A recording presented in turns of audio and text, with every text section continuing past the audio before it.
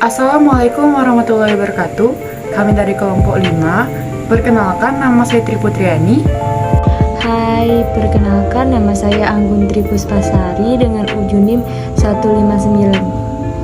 Perkenalkan, nama saya Hana Pangestu dengan ujung NIM 5153. Perkenalkan, nama saya Nurla Sanah dengan ujung NIM 5133. Kali ini kami akan membahas tentang penetapan bahan organik tanah di laboratorium. Apa itu bahan organik?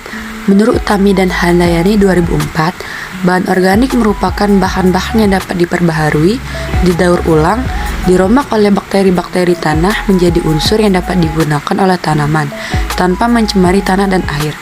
Dengan kata lain, bahan organik tanah merupakan penimbunan dari sisa-sisa tanaman dan binatang yang sebagian telah mengalami pelapukan dan pembentukan kembali. Nah, sekarang kita masuk ke hubungan bahan organik tanah dengan kesuburan tanah. Nah, pengaruh bahan organik tidak dapat disangkal terhadap kesuburan tanah. Bahan organik mempunyai daya serap kation yang lebih besar daripada kaloid tanah yang liat. Berarti semakin tinggi kandungan bahan organik suatu tanah, maka makin tinggi pula kapasitas tukar kationnya. Tanah yang baik merupakan tanah yang mengandung unsur hara yang terpenting dalam tanah agar dapat mendukung kesuburan tanah. Salah satunya adalah kandungan C organik, di mana kandungan C organik merupakan unsur yang dapat menentukan tingkat kesuburan. Untuk fungsi bahan organik terbagi menjadi 3, yaitu sifat fisik, sifat kimia, dan sifat biologi, di mana sifat fisik ini adalah bahan organik dapat mempengaruhi warna tanah, memperbaiki tekstur dan struktur tanah, meningkatkan kemampuan tanah dalam menyerap air, dan menstabilkan temperatur tanah, dapat meminimalisir hantaman dari butiran hujan. Sifat kimia yaitu dapat meningkatkan tingkat keasaman dan kebasahan tanah, dapat menambah unsur hara tanah, dapat meningkatkan KTK tanah, dan untuk sifat biologi yaitu dapat meningkatkan aktivitas mikroorganisme tanah, menambah populasi organisme tanah, meningkatkan keberagaman jenis organisme di dalam tanah. Manfaat bahan organik dalam bentuk yang telah dikomposkan atau segar bermanfaat untuk 1. Meningkatkan kadar bahan organik tanah. 2. Memperbaiki kesuburan fisik, kimia, dan biologi tanah. 3. Meningkatkan keragaman, populasi, dan aktivitas mikroba, dan memudahkan penyediaan hara dalam tanah. 4. Menyediakan hara makro dan mikro. Alat-alat yang digunakan adalah lemari asam, pipet hisap, alat titrasi, buret, gelas ukur, pipet tetes, dan bahan-bahan yang digunakan adalah ferrous anomium sulfat, indikator divinlamin, kalium dikromat, NaF, asam fosfor, asam sulfat pekat, dan sampel tanah. Kerja pertama, kita menimbang sampel tanah yang telah dikeringkan sebanyak 0,5 gram. Setelah ditimbang, lalu kita masukkan ke dalam tabung Erlenmeyer. Langkah kerja selanjutnya, kita tambahkan 10 ml kalium dikromat sambil menggoyangkan Erlenmeyer secara perlahan agar langsung pencaburan dengan tanah menggunakan alat titrasi, begitu juga dengan belangko. Langkah selanjutnya, kita masukkan ke dalam lemari asam. Setelah itu, kita tambahkan 10 ml asam sulfat pada gelas ukur. Goyangkan dan gerakan mendatar dan memutar. Lalu, diamkan selama 30 menit karena asam sulfat bersifat panas. Langkah kerja selanjutnya, setelah dingin, kita tambahkan 100 ml Aquades 5 mili asam fosfor, dan 2,5 natrium fluorida.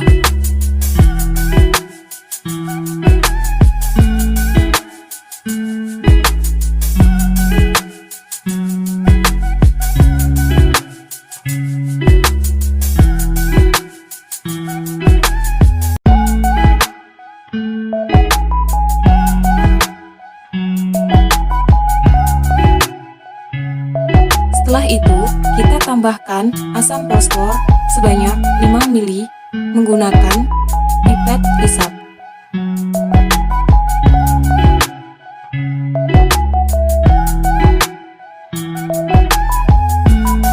Langkah kerja selanjutnya, kita tambahkan 10 tetes indikator difenlamin dengan menggunakan pipet tetes.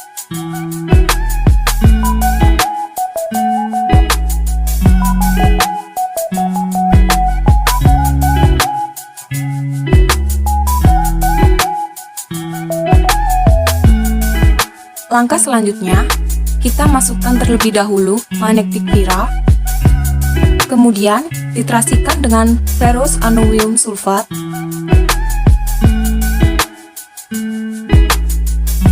sampai larutan berwarna hijau berlian.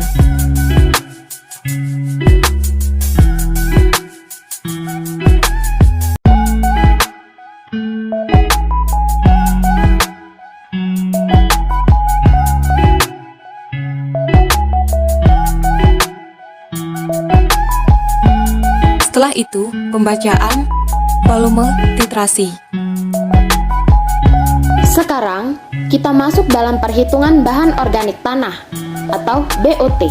Sebelum itu, kita harus mengetahui persentase dari C organik tanah dengan rumus Me Blanco dikurang dengan Me FeSO4 contoh tanah dikali dengan 0,003 dikali F dikali 100 dibagi dengan BKM, di mana di sini F adalah 1,33, Me merupakan hasil kali dari N dikali V, di mana N adalah normalitas dan V adalah volume. BKM sendiri adalah bobot kering oven dengan suhu 150 derajat Celcius yang mana merupakan contoh tanah yang akan digunakan atau yang akan dianalisis. Nah, persentase BO sendiri menggunakan rumus persentase C organik dikali dengan 1,724. Bahan organik di sini sendiri memiliki rumus 1,724 dikali dengan hasil pengurangan 0,458 B dikurang 0,4 dikali dengan 100% dibagi BKM dalam hitungan gram. Dengan keterangannya, B sendiri merupakan BKM dikurang BKP.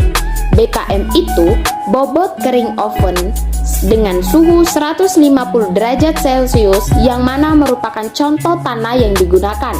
Sedangkan BKP adalah bobot kering setelah pemanasan yang mana menggunakan suhu sebesar 375 derajat Celcius. Di sini terdapat contoh soal yang berkaitan dengan perhitungan bahan organik tanah. Pada sampel tanah lapisan pertama, diketahui persentase organiknya sebesar 0,624%. Diminta untuk mencari persentase bahan organiknya dengan rumus persentase C organik dikali dengan 1,724 dan mendapatkan hasil persentase bahan organiknya sebesar 1,075%. Kesimpulan dari materi ini adalah bahan organik adalah penimbunan dari sisa-sisa tanaman dan binatang yang sebagian telah mengalami pelapukan dan pembentukan kembali. Bahan organik berperan penting untuk menciptakan kesuburan pada tanah. Peranan bahan organik bagi tanah adalah dalam kaitannya dengan perubahan sifat-sifat pada tanah, yaitu sifat fisik, biologis, dan sifat kimia tanah. Macam-macam dari bahan organik adalah pupuk hijau, kompos, pupuk cair, dan sebagainya. Pupuk hijau memiliki manfaat sebagai mencegah adanya erosi dan memperbaiki tekstur serta struktur pada tanah. Sedangkan pupuk cair memiliki keuntungan dalam pengerjaannya yang lebih cepat. Itu saja yang dapat kami sampaikan. Sekian dari kami. Wassalamualaikum warahmatullahi wabarakatuh.